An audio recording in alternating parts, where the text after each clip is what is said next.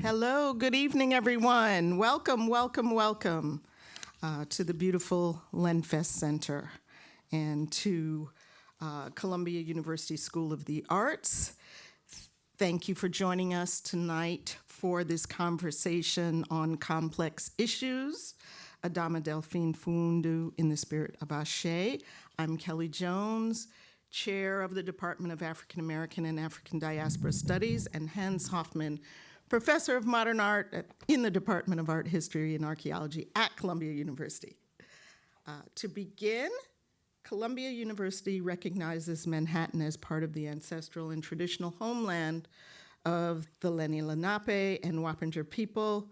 We continue to address issues of exclusion, erasure, and systemic discrimination through ongoing education and a commitment to equitable representation.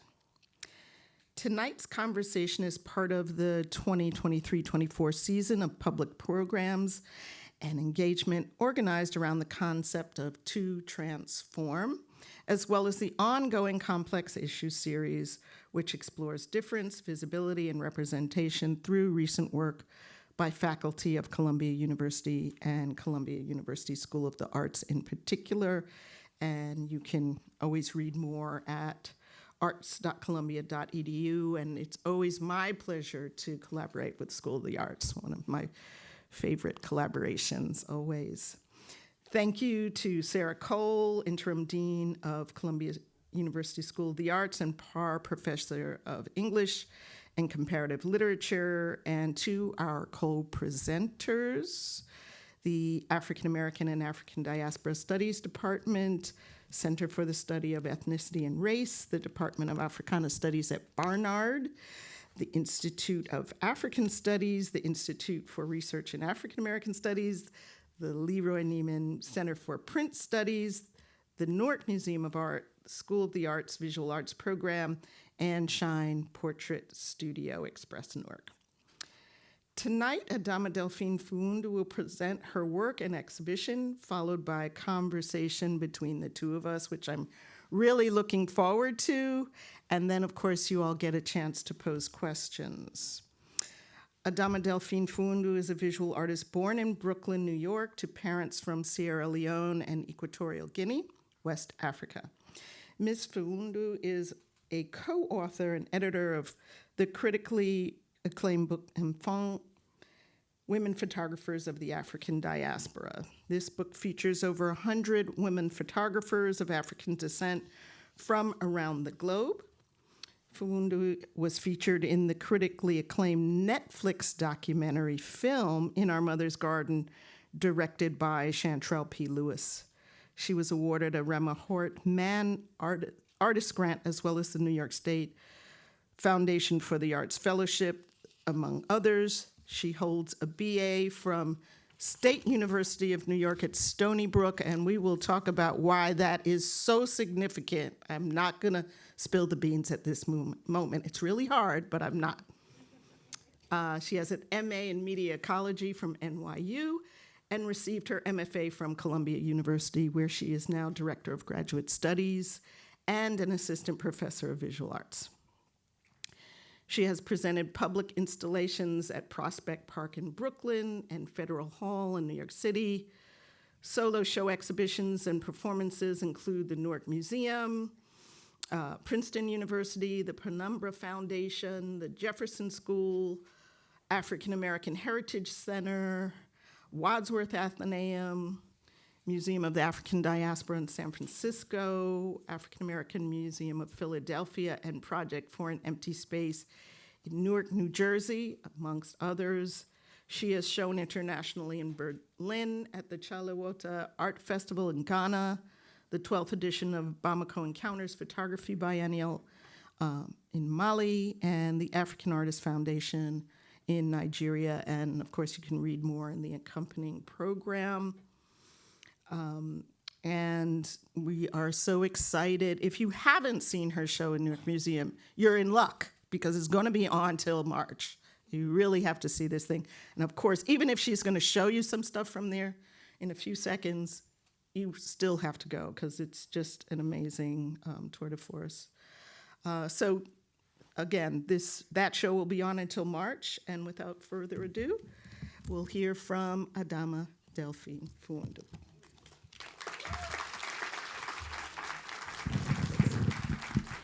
Good evening, everyone, and thank you all for joining us this evening.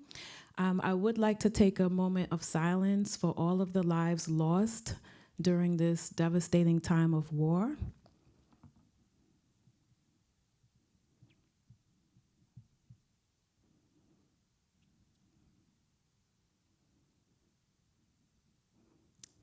Okay. All right, so I will start with a quote by Hindu Umaru Ibrahim, who's an environmentalist activist from Chad. And she says, our best app are our grandmothers because they can just observe the cloud positions, the bird migrations, the wind directions, or the little insects and say, it's gonna rain in 2 hours. I really, really love that quote. Ancestral memory is awakened. My grandma Adama Sese Fawundu Amende Uman from Pujon was a society Uman, a Halemo, initiated. She saw the sun as a source of energy and all matter. As Dr. Sylvian Arden Boone describes it in her book, Radiance from the Waters, Ideals of Feminine Beauty in Mende Art, Adama's eyes were opened, metaphysical, an informed intellect, a widened vision, a deepened discernment. I think of my artistic process as part of an ongoing initiation process. My eyes are opening and I am beginning to see. Each creation is connected to the one before and informs the next. Living and breathing entities giving us space to feel with, think with, and imagine with. Mende Oman. At times, I am her as she continues to see through my eyes, the daughter of her first son. As the only child in my immediate family born in the United States, course, distance, and a horrific civil war only allowed me to meet my grandmother twice in my life. Once at age 4 and then again at age 20. Although our physical bodies have only shared space on this earth for 23 years, our spirit has always been intertwined. Grandma Adama was an artist. She worked with textiles, hand dyeing, and batik in Gara. Ever since my mother migrated here, my aunt, who's her daughter, and my grandmother will send us fabrics because we had tons of it. That was the way we communicated. She would send us textiles and domestic mediums such as tablecloths, window curtains, gowns, and all of that I've been collecting, and I've been using them and repurposing them in my work. My artistic language is sampling, repetition, collage, weaving elements together to make something new. In Boone's research, she talks about the Mende language. Words are constantly combined, recombined, and modified to produce a rich vocabulary. Words have different meanings in different situations and tonality. This makes me think about the Gullah language and also various languages throughout the African diaspora. My work is a metaphor for this large and expansive process. Undoing, peeling away the layers, transforming his story into our story of the past, present, and future, the collective power of ancestral memory. I consider my body, our bodies, the Earth's body, the universe as a living and breathing archive of expansive intelligence. My visual and auditory expressions are an extension of this archive, another being, a performance of the communal energy that connects us to the perpetual circle of time. This piece that we're looking at now is a 50-foot video, and I was commissioned by the Audible in Newark to create something that would open up their space. And I the way that I work, I like to think about the location, but I also have so much of my archive that I bring into the works as well. So I thought about Newark and the rich history that is there, the history of the Lenape, the history of those who descended from various parts of Africa. And I thought about the liveliness of that community and the water and the significance of water in those spaces. So this video is combined with my archive, my grandmother's textiles. You'll see medicine wheels from the Lenape in here, tape cassettes. There are all of these, it's collaged video that are just layers upon layers. And it's meant for you to really just get transfixed. When you see it real size, it's just immersive and for you to enter the space and imagine. The water bodies included are the Hudson River, the Newark Bay, the Atlantic Ocean.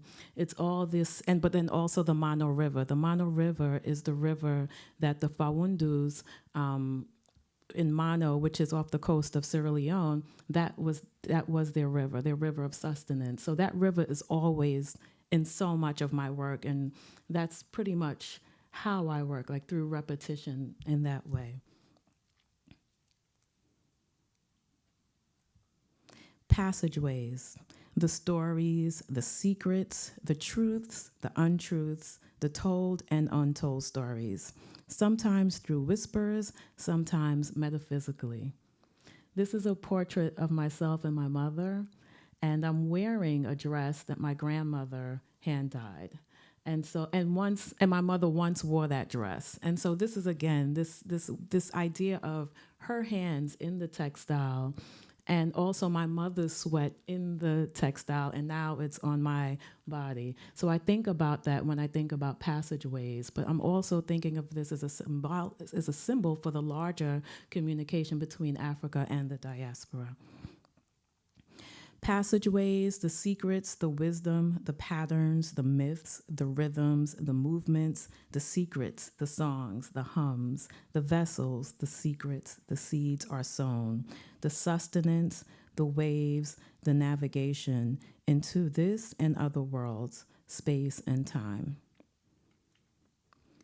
Meet Mama Sese. So I met Mama Sese when I went to Pujon for the first time. And Pujon is where my grandmother was born. So when I went, I wanted to meet her because she was an extended family member. She wasn't related to us by blood, but she was Mama Adama's daughter. And that is the way that, that we function in communal spaces in Pujon, is the idea that the extended family is everyone who is younger. And so she told me the story in Mende, but it was translated because I don't, unfortunately, understand Mende, so it was translated through my uncle. And she told me many stories about my grandmother.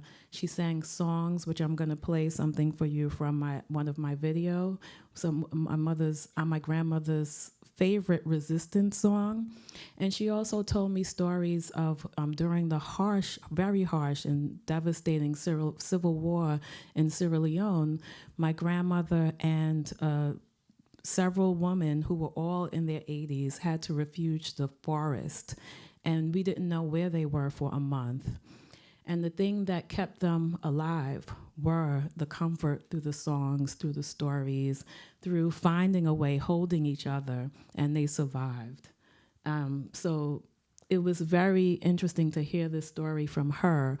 We heard it, of course, when it was happening, but to hear the story passed down to her, and then for her to sing for me, to help me to understand how the songs carried them through. So I'm gonna play a video for you. This video is called Deep Inside I'm Blue. I approach moving images as textiles, as a homage to my grandmother, as collage, as geographies, earth spaces, energy spaces beyond natural boundaries. In this video, there's so many different spaces that you'll see, from the Chocomos in Argentina, a site of African Argentines. There's Nigeria, the Mano River, Harlem, Brooklyn, and blue has so many different significances in my work, and so I'll play it without talking too much.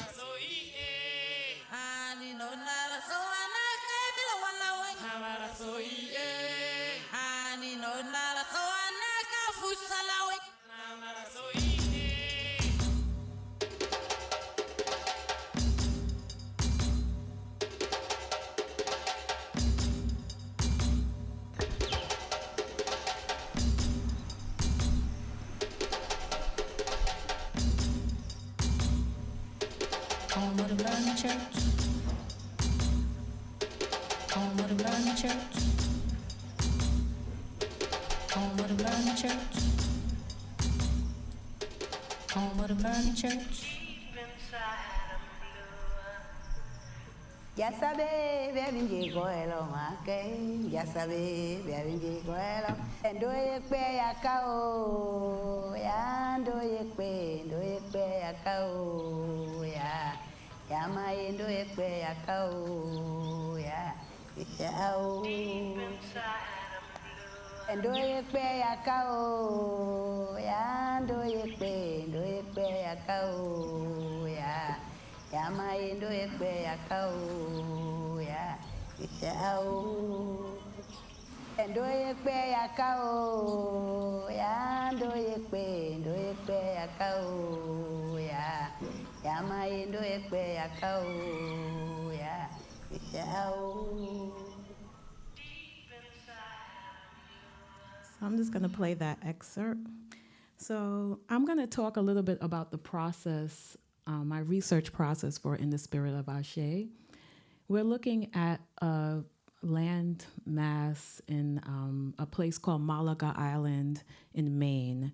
And so when I was researching, I was thinking a lot about spaces of resistance, spaces where islands, you know, where I'm from, where my father's from, in Sierra Leone is a place called Mano, and it's an island, and the Fawundus migrated to Mano a generation before colonialism, and they really never wanted to have anything to do with Sierra Leone. They were fine. And I actually researched and found the Fawundus in the history book, and they constantly talk about this ancestor who was, they describe him as a thorn in the side of the British.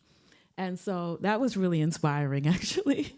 And so I like to think about these islands, and Malaga Island was one of those places where people refuge, you know, and it was a place of people of African descent, but also mixed race. And I had the opportunity to do a residency at Indigo Arts Alliance, and the pleasure of working with Daniel Minter, who had done an amazing artist who did all of this research around Malaga. And he arranged a trip and shared his research with me so that I could go and make work there. For me, it's really important to be in spaces and to feel the space and the energy of the space. And what I'm feeling through that is what comes out in the work. So this is just like, again, like when I'm going, I'm always making photographs of the different spaces. So when you get to see, because if you didn't go see the show, you'll go see it, but you'll see elements of Malaga in the work.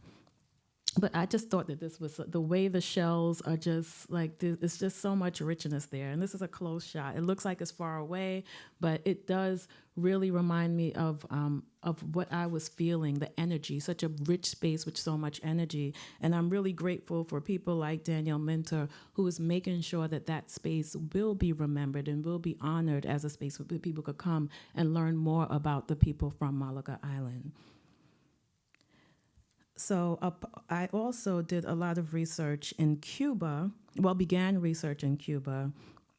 I'll read a little bit something for you. So my maternal grandfather was an Afro-Cubano, and his father migrated to Equatorial Guinea and Sierra Leone in the late 1800s.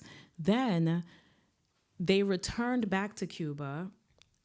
That's where he had my grandfather. Then they returned back to Cuba and then came back to Sierra Leone. So, and that's when he had my mother and tons of other children. So I just always found this history quite fascinating because I don't have so much of the story because it happened so long ago. And my grandfather had a lot of children. And my mother was really young when he died, and he was very old when he died. So I don't have a lot of that story, but it was very important for me to travel to Cuba. So on a recent familiar research trip to Havana, I visited Callejón de Hamel in Havana, Cuba.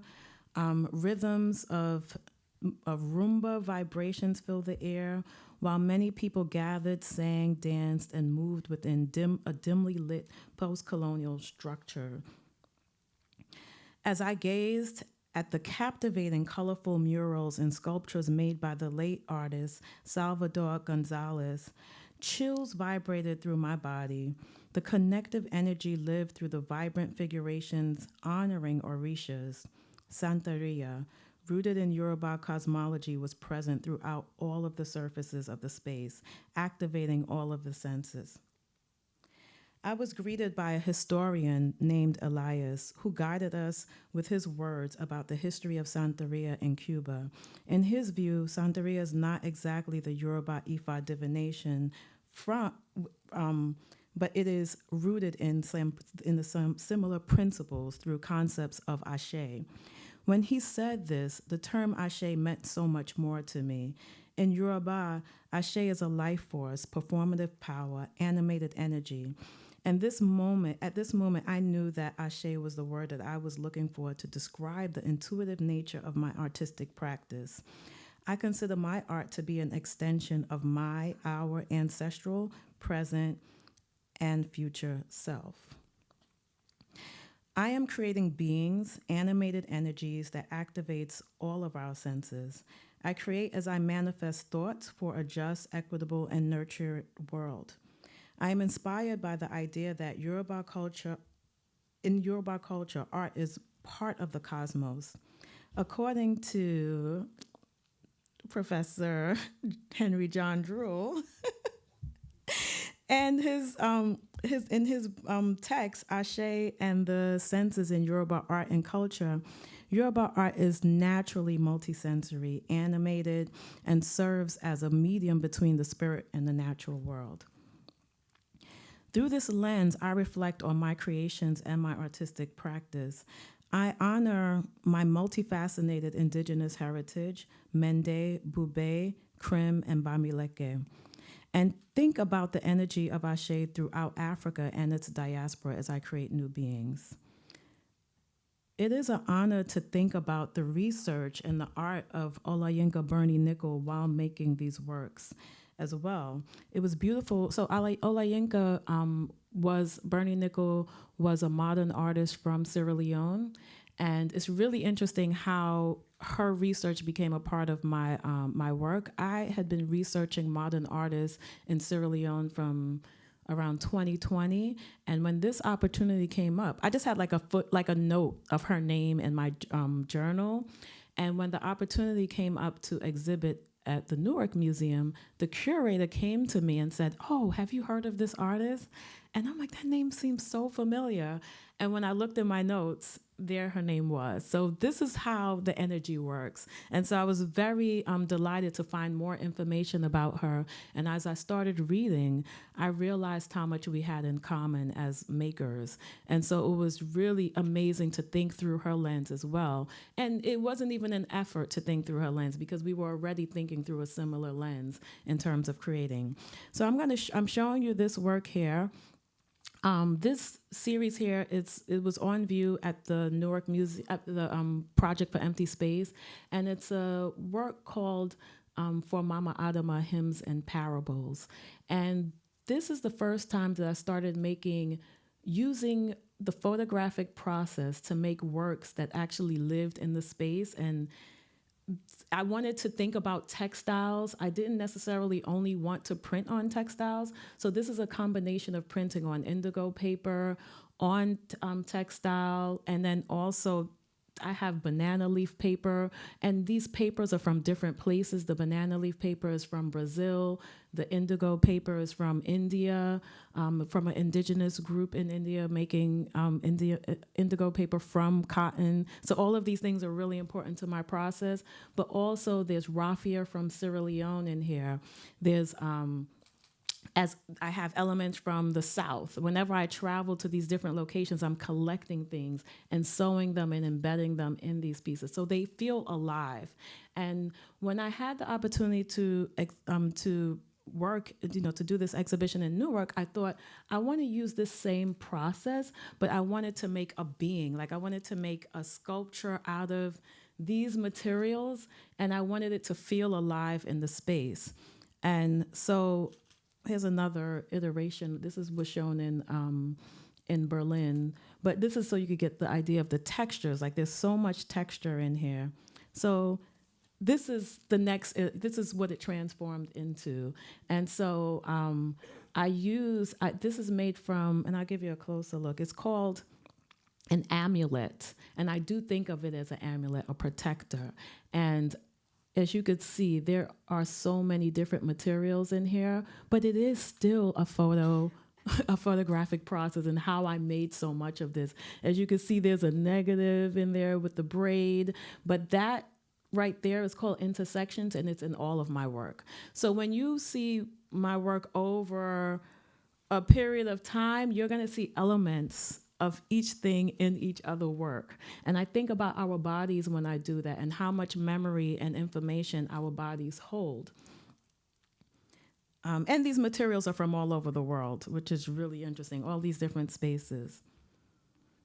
So here are some close-ups of it, just to give you an idea. You'll find cowrie shells. There are these grandpa seeds from Mali that are used for cleansing. So I also collect a lot of herbs in different places. I have herbs from Ghana, from all these different locations to make this an energetic piece.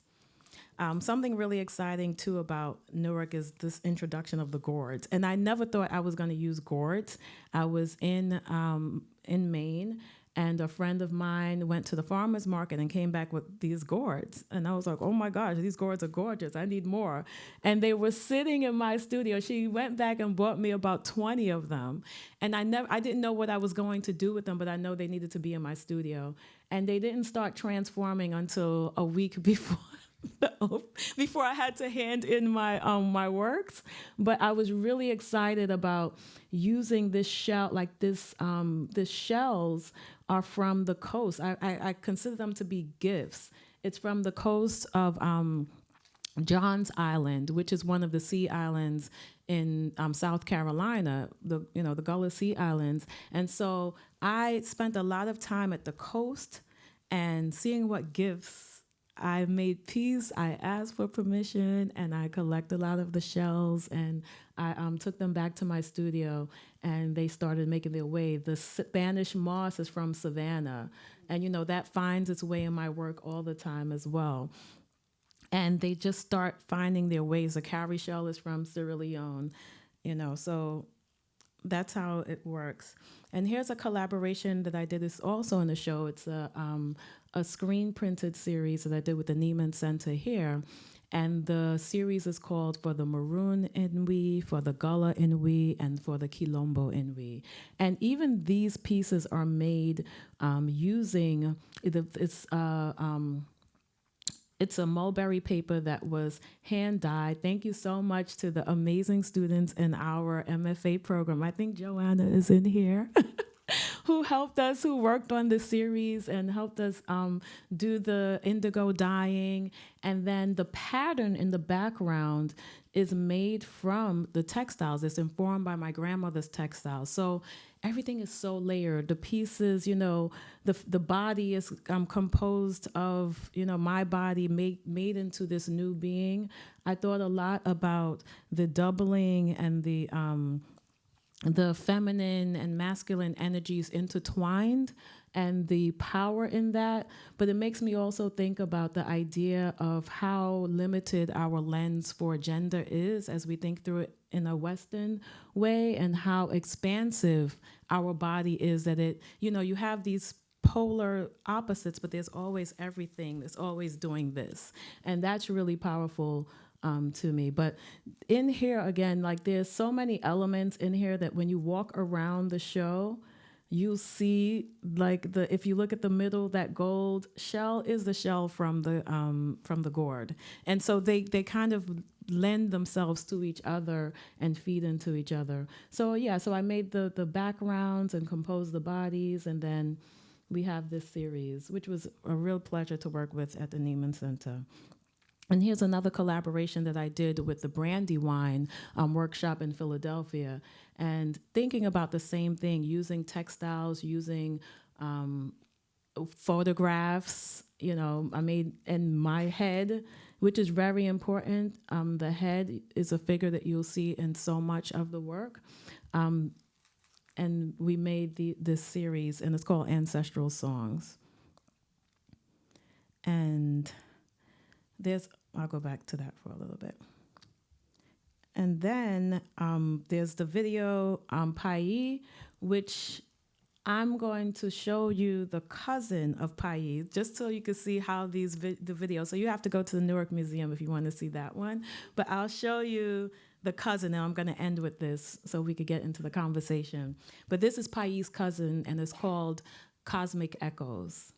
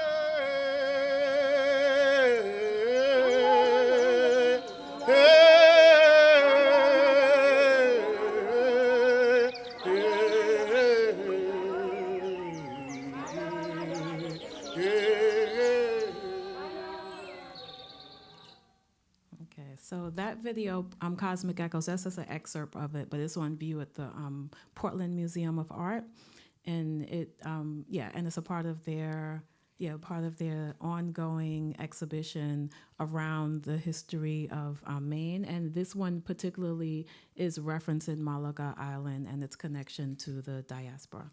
So thank you, and now we'll get into our conversation.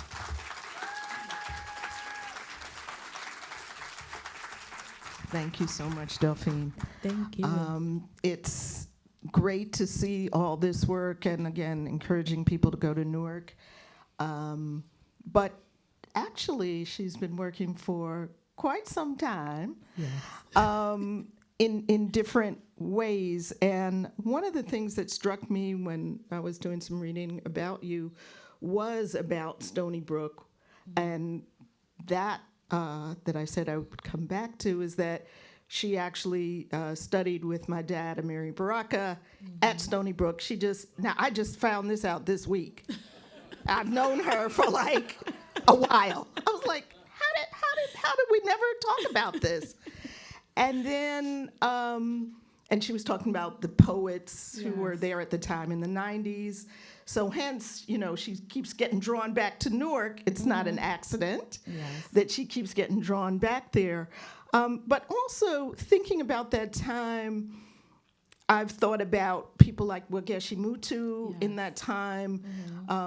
There's African migrations to the United States at that time in the 90s.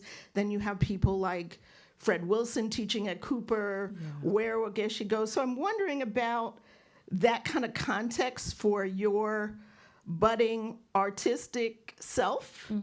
And then also, she really starts out photographing hip hop Yes. and women in hip hop. So it's kind of a long, drawn out idea to think about you in the 90s and hip hop and how do you get from hip hop and women or hip hop 90s to here? That's a great question, and it's something I've been thinking about so much. For a long time, I thought that my hip hop archive was so different from the work that I'm doing now. And even though visually it looks different, it's so connected. Because what I've come to realize is the thing that I was looking for in hip hop was the language, was the roots. That was the thing that was connecting me to it, the way that it's formed. Like when you think about the language that is used, it is the call and response. It is the double entendre. It is the, the drum, it is that thing, the making of it. It is made in that way that I believe is subconscious, that is that language that's looking to say this is how we will express ourselves. And my experience at Stony Brook was really the shaping of my ideas of what it meant to be in my body, in this space. Everything made sense at that point, because prior to that, things didn't make so much sense. I was just, this carefree person. But at Stony Brook, I became political. I started reading books. I had professors like Amiri Baraka, studied with poets like Louis Rivera, Quincy Troop. It was a vibrant place and a place of pure activism. We're talking about boycotting everything, because all the people who were supporting apartheid in South Africa, during that time, students were really active, shutting down the student union because they were treating people wrong on campus. It was really that time of resistance and really seeing that things weren't going right and we wanted something to go right. But it's also that same time period of, Yusuf Hawkins and Philip Pennell, like all of these murders that were happening as well. So I was awakened to understand what it meant to be me, but hip hop echoed that. Hip hop said "Free South Africa." It said "Black is back." It said "Black medallions, no gold." It was that thing, right? And then so as I started making this work, and even thinking about the idea, like in the spirit of Ashe and all of that, it's the language, and I'm starting to see that it's that language, that coding that continues. And now I see how it all comes together. And so what happened is in 2008, I went to Ghana and I wanted to see what was happening in the music world there. And that's when I my whole journey from 2008 to 2018, I was photographing music in various African cities. And when I put those two archives together, it's seamless. Like some of you don't know where's where, but isn't that what I'm doing with videos? So I see that it is this kind of continuum that I'm interested in. So that's exactly where I was taking you back to the global.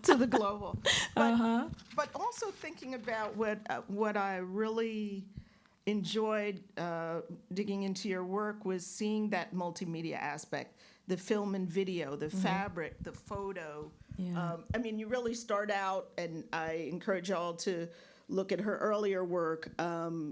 Starts out as black and white, Yes. the hip hop images, kind of documentary, street photo, whatever, and it moves into this very rich, like texture, color, and duplication. Yes. The kind of duplication that you're interested, the repetition. So how do you get from photo to fabric?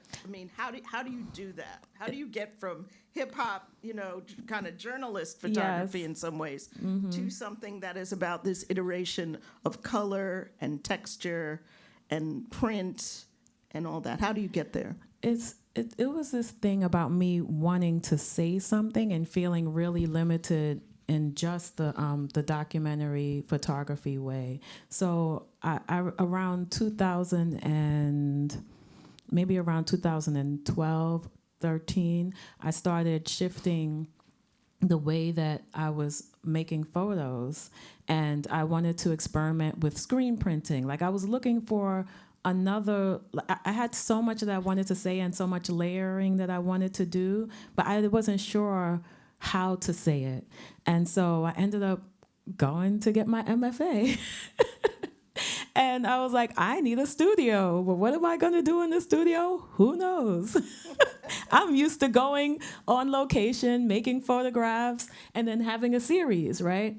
But then I was forced to think beyond, like think about what I could do with my hands. And that was like a real question for me. What will you make with your hands? And if you are a photographer, for many photographers, we have this resistance from moving, and like the minute you do something, you're no longer a photographer. We love being photographers. So it was really hard for me to expand a little bit and even say, like I'll share something. I remember one time I had a show and I didn't have any photographs. And then so people started asking me about all of these other things. And I was like, but I'm a photographer with no photos around. And I felt like naked. I was like, wait, what's going on? So, but I will say, when I had my studio here at Columbia, in my room, there was this table, and it had a mask. It had a bundle mask. It had pictures of my grandmother. The tablecloth was a fabric that she made, and it was just all of these things, and it just needed to be there.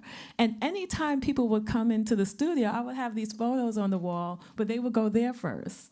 And it started making me think about this thing. I started thinking about my grandmother, and actually, I'm going to tell you something. So this is how it all started. So Susanna Kofi comes into my studio, and she sees the mask, and she sees these photos, and she says, did you read the book Radiance from the Waters by Sylvia Arden Boone? And she said, you need to get that book. A week later, I'm in your office, and you hand me the book. And that book literally changed my world. It took me into my ancestry. It made me understand my grandmother better. And then I said, I have to get into these textiles. I have to, look at me like, I want to see what my hands can do. And that's how it started. And the story about, with Sylvia Arden Boone's work is amazing, because after that, I end up at Yale. James Green contacts me, and he says, who was a curator at the Yale Museum, and he says, we have this textile that just came in from Sierra Leone. You should come and look at it. And I say, well, have you heard of Sylvia Arden Boone? He emails me maybe 2 days later and says, I was just at a function with Vera Wells. And he shows me a picture of her card. Vera Wells is actually the person who got Sylvia Arden Boone into Yale University. And I'm like, I have to meet her.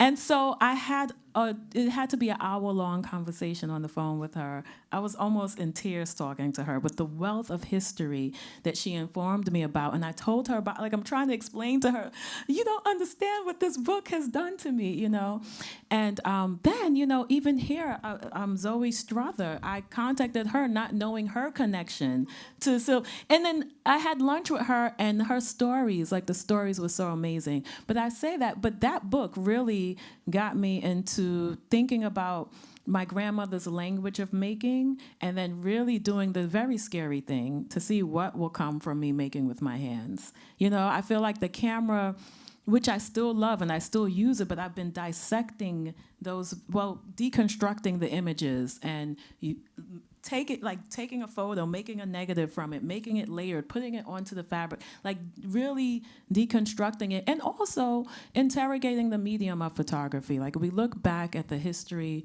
of this medium, it is problematic. So sometimes you need to mess it up. And so that's a part of it too. There are two other series I'd love to just hear you address briefly. I think they're related. They're kind of before your For Mama Adama's works that you've just been kind of showing and talking about so beautifully.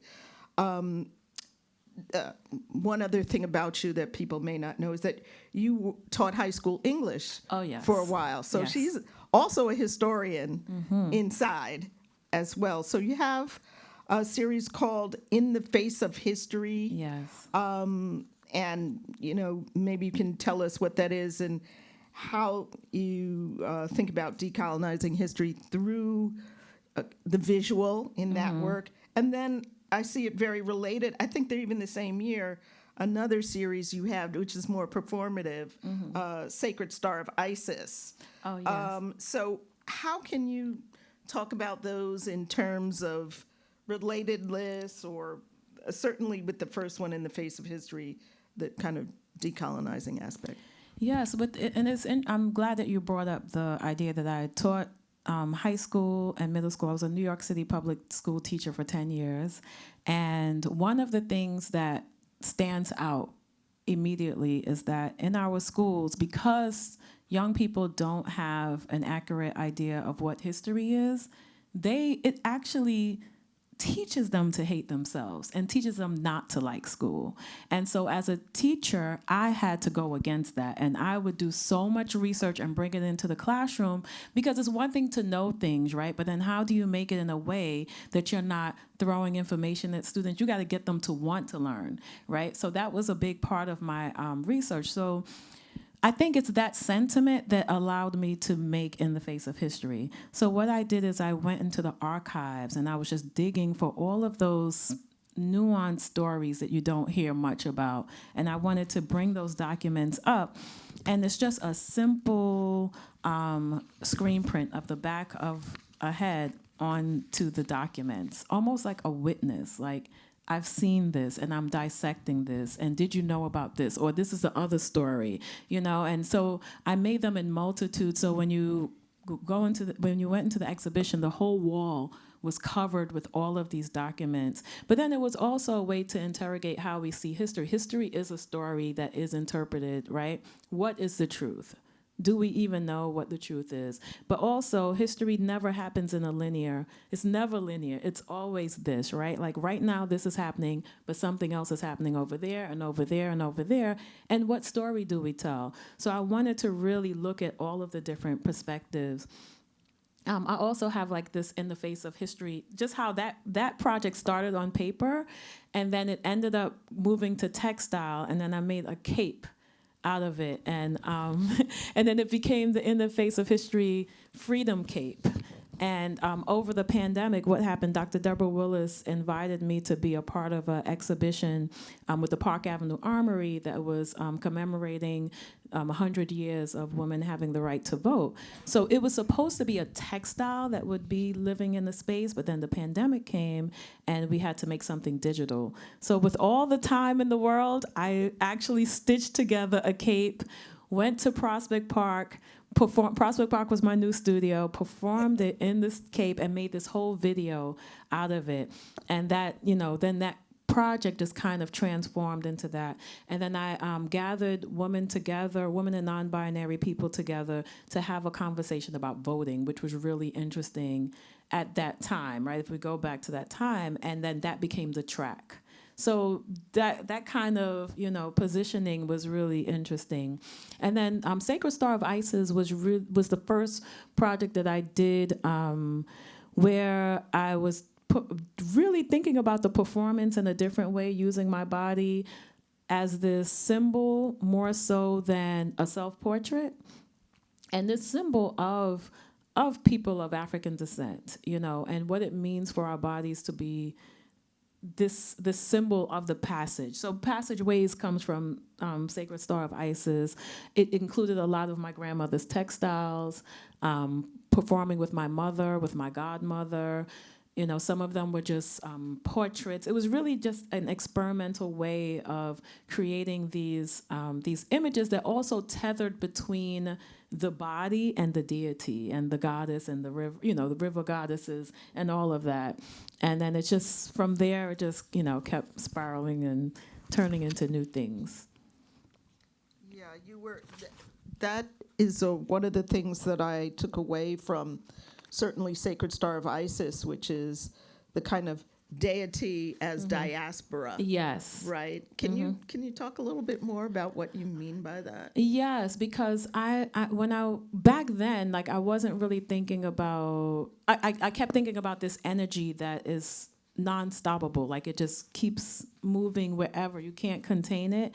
And then I thought of the deity as a symbol of that, right? Because I know you take the deities that are present in Yoruba culture, for example, but then you'll go to Brazil, you go to Cuba, and you'll see the thing, like you see it activated in these places. So, right, and in many different parts of the diaspora, you see the power in these deities in so many different places. And I felt like that was a very interesting symbol of how powerful something so old can be and how contemporary and evolved it could be in this day and time, even though it has such a long, long, long legacy, you know? And for me, that was like a real strong symbol.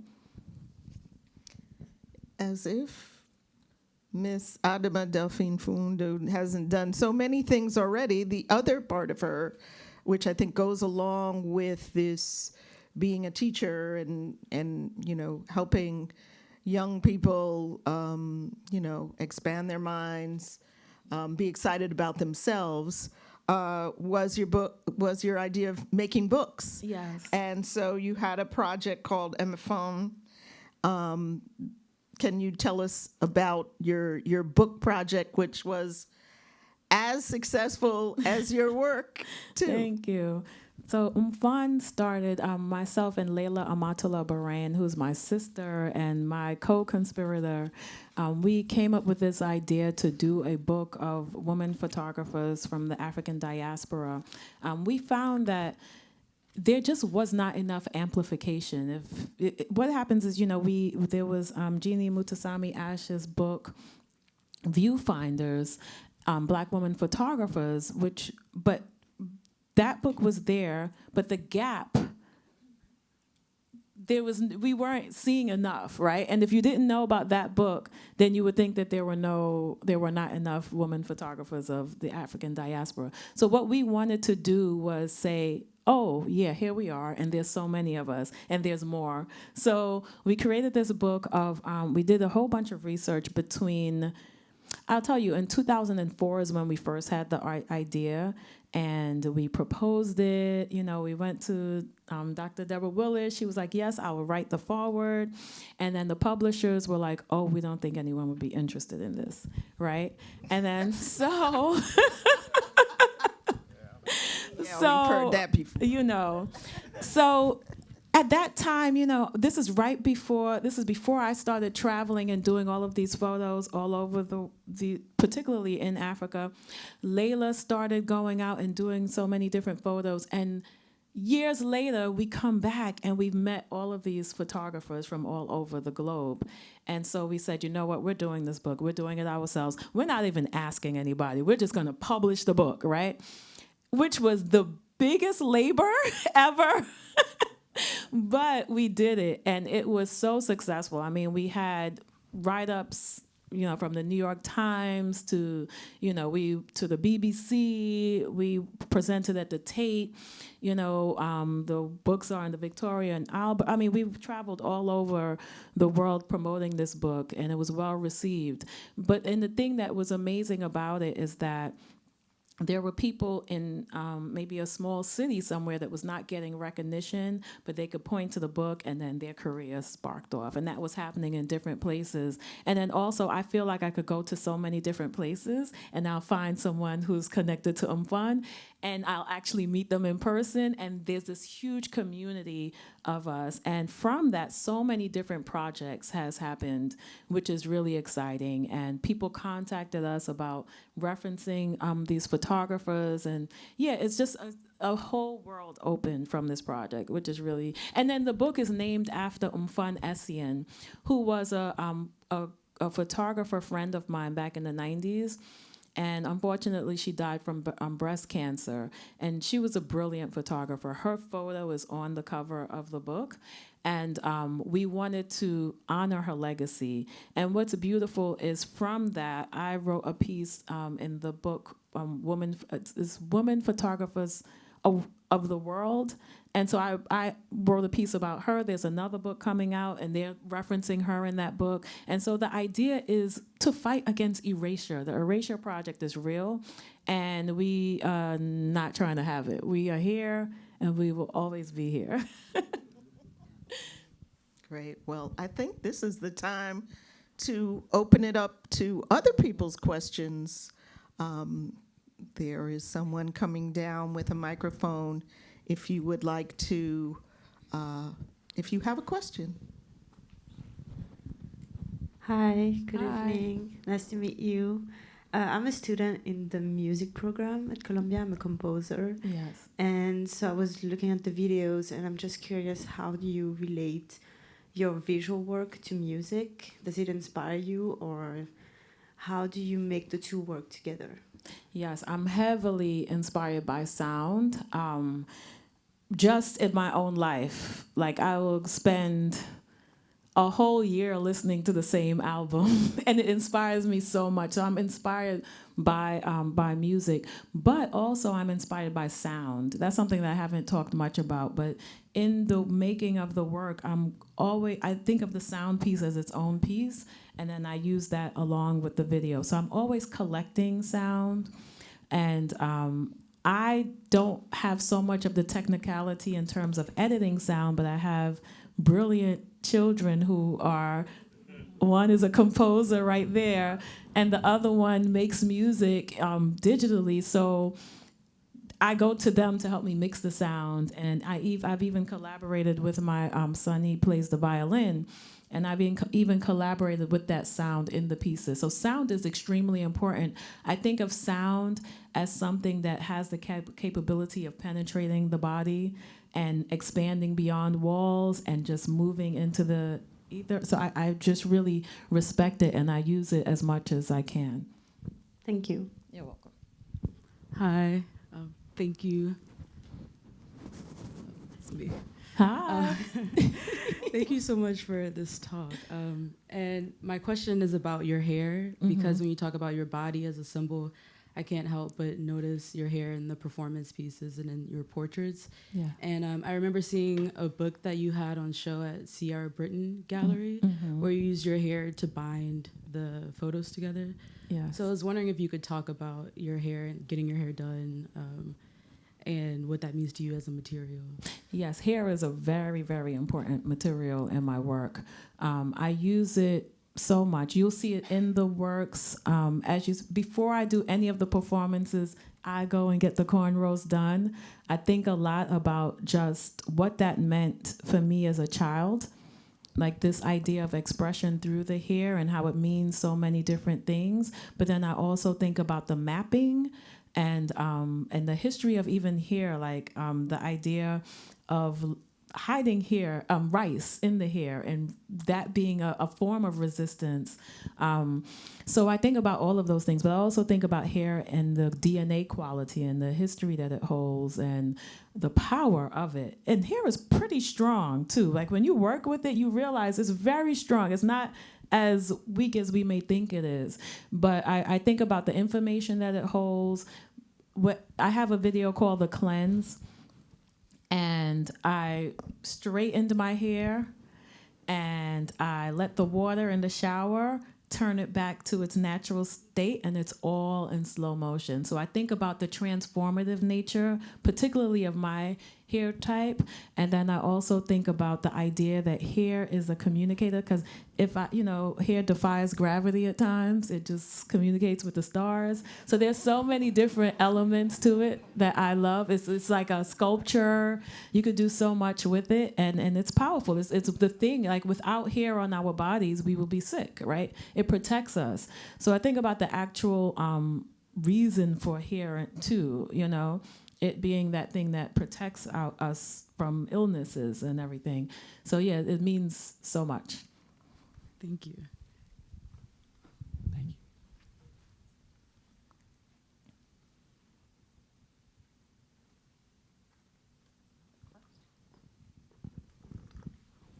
Hi.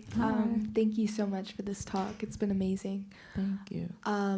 I have a question about, it seems like you're very interested in the veiling of the face of your subject. I noticed that in several of your works in the slideshow, and I was just wondering if you could maybe speak on that more. Thank you. I think a lot about masking as a way to serve as this pathway between the natural and the spiritual world. I come from a culture that used masking all the time, and so it's always been a part of just my world, and so I think about that. I think about the power in masking, but then I also think about everyday masking, just as we go, like the way that I kind of sometimes look at the average person and the masks that we wear, and what that does, and the changing of the masks. And so that multifaceted nature of what a mask could do is really important to me. Great. Thank you so much. You're welcome. Hello, up here in the corner. Hi. Hi, I'm Amelia. I'm on faculty here at Barnard, but I live in Newark, and I really appreciated hearing you speak about islands as refuge, because my family's also from the southernmost of the Gullah Islands. So it's really wonderful to hear you talk about that. My question, I was delighted to hear about your work as a teacher, which I didn't know about, and I was curious if you see your work as pedagogical in any ways, and if so, how? Yes, and I'm so happy you asked that question, because one of the agreements that I made with myself as I left teaching was that I would use contemporary art as a way to promote literacy. And I am going to be doing some of those projects, like writing with young people in Newark with my show. And also, when I was teaching, I would bring contemporary artists, their works into the classroom and use them as an entry point into history, into writing. Like, I feel like it's so important, and artists are so interested in such deep-rooted ideas, and so much it's such a catalyst for learning. So in my, somewhere down the line, I'm gonna have this big idea that I want to do about working with different artists and using their art to promote literacy in the classroom. Yeah.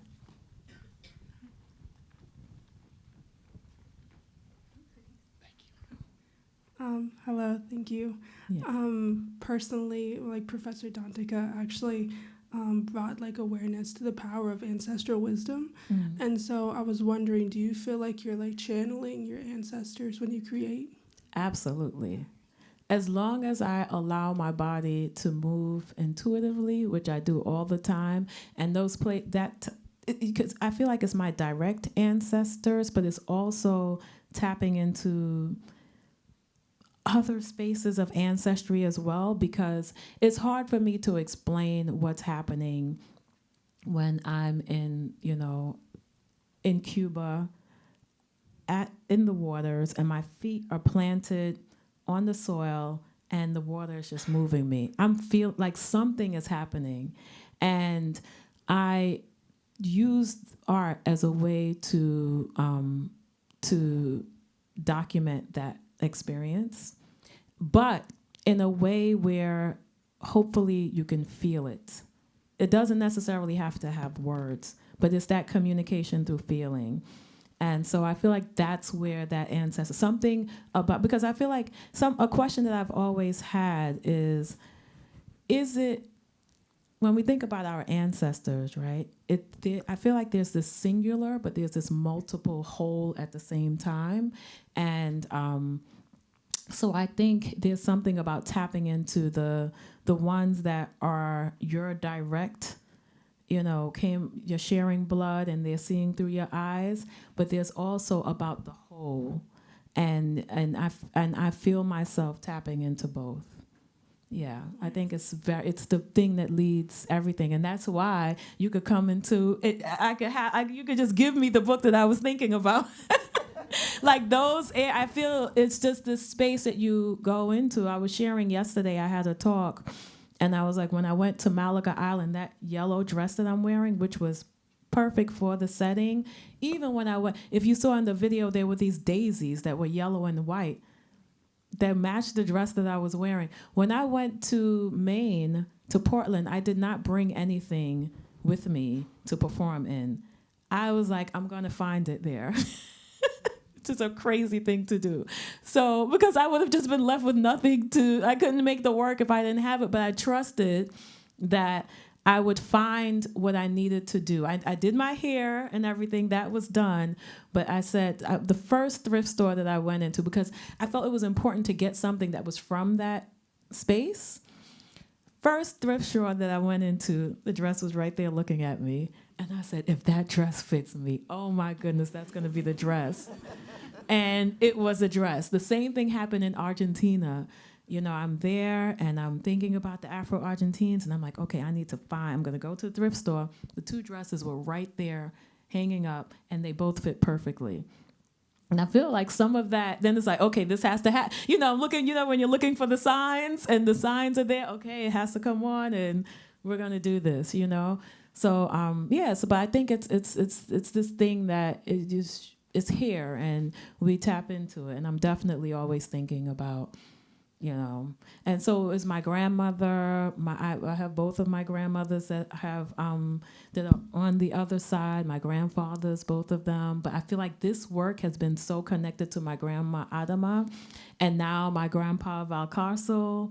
But I need to think about my grandma Marguerite. Like there's all of these. I could make work forever just thinking about the richness of ancestry.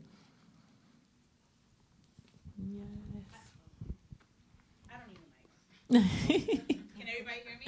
We need it for the recording. We need it for the recording. You're right. So I have two questions. Yes. So you speak a lot about ancestors and spirit. Do you ever feel that there's something too sacred to share?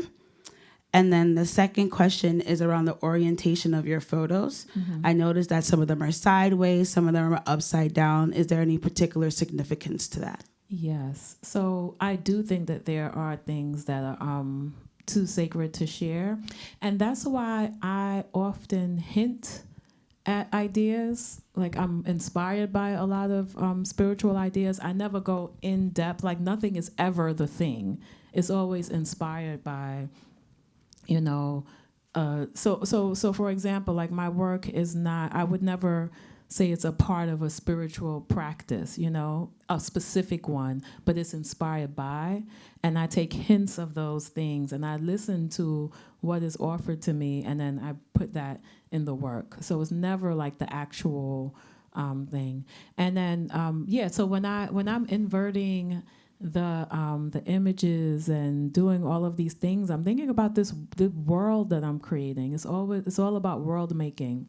So sometimes the water is coming from the sky, or like it's this space that comes to form as I'm making, particularly in videos. But even in Newark, like I did a lot of recently, I've been doing a lot of these double facing things, and I'm still learning a lot about what they mean because they just came to me, like do it like this. But now that we're talking about it, I think a lot even too about navigating and and the fullness of our being. Like, we're not just this one thing. There's the part of us that that we don't get to see, like the multifaceted nature of our beings. Like, my eyes are here, but I could see back here as well. You know what I mean? So this censored nature of our beings. This is going to be the, you jumped in. I thought there was another one. Okay, after Professor Jewell, then you can have the last question. Adama, thank you so much. This has been wonderful. Thank you. You know, you're using all of the senses, and in fact, as you talk about your process, you are living your call and response. You let the place that you're working in call to you, and then you make a response to it. And I love the way you bring the sound. I can see how important sound is in the oral traditions and the songs of your relatives and family and ancestors and so on. Talk to me about the sense of motion in your work as well, because that's also very powerful, and I'd love to hear you talk about that. Yeah, so I pay attention to the way that the wind moves. And I think, you know, something that I ask myself often is like, what do the trees remember? What are they saying? What is the water saying? So I spend a lot of time just watching movement on Earth and what just moves on its own. And for that reason, I make all of my videos in slow motion. So you get to feel the water. Like, you know, the water is moving, like you feel the water is moving slow, and it has something to say, you know. And it also, I feel like when you see it in slow motion, that's how I felt it, you know.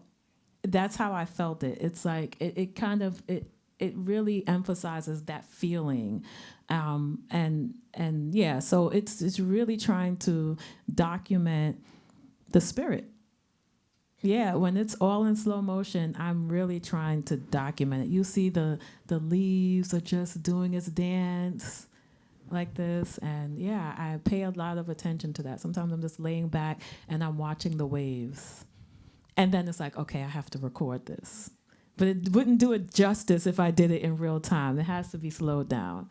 So so that's what the motion is very important. Hi.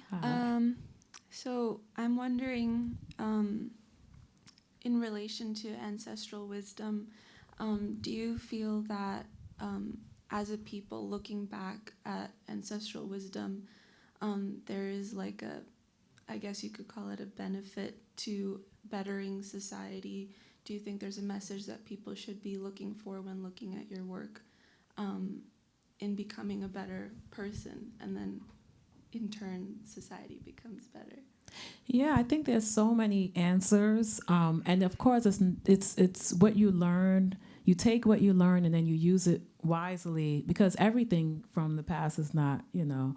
But I do think that in certain cosmologies, for example, if you look at Mende, and you just look at the way that we see our bodies and the way that relates to nature, a lot of the things that we do, like polluting the water, or just, you know, these violent things that we do to the earth would not be the thing that you would do, because you would have a different respect in that worldview. And so I think those are some of the things that we could learn as we start to think about, you know, this move towards a better climate and all of that. The information is there, because it's not the thing that happens particularly in a Western frame of mindset is that we see ourselves in a hierarchical way. Like the human is here, and then the earth is here. Right? Or one human is here, another human is there, another human. You know, this way of seeing things is destructive. And that's why we're in the situation that we're in now, because it doesn't work and it's a failure, and we're experiencing the failure. But if we just shift the way I think that we can learn from several different ways, of looking at things about how we see our bodies, how we see our connection to each other and the earth, and how we care. What is there to learn?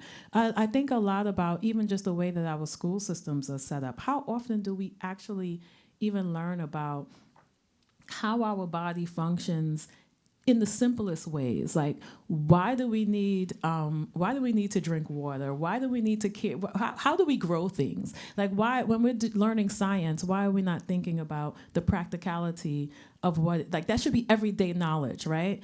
Or the way that we relate to our food systems. Our food is so far removed from us, and therefore it becomes secondary. But what do we do when we no longer have control? We don't have control of our food source, right? So I think all of these things that are separated from us, and we need to think of as something that's a part of us, and therefore, and a lot of that information is there. Yeah, so that's why I love Sylvia Arden Boone's work, when, just knowing that book was even being used to think about femininity and beauty in a completely different way, right? We have these beauty constructs that really makes no sense, right? But imagine, like, when you look at your body and you know that of course I'm beautiful. Like, that's not even a question. What are you comparing it to? Just by default, just because, right? Because I was made, I'm beautiful, period. There's no debate, nothing. Right? If that's the thinking within a framework, within a cultural framework, I think a whole bunch of our problems would be solved in terms of how we treat each other, in terms of how we treat ourselves, the destructive things that, people are, the things that your mind tells you over and over again, So I feel like, and that's just one tiny, example. But yeah, I think there's so much to learn. And on that note, we are going to end and thank all of you for coming, and thank Adama Delphine for her work. Go to Newark, PATH train. You can get right there. Definitely worth it. Thank you again. Have a good evening. Yeah, thank you all.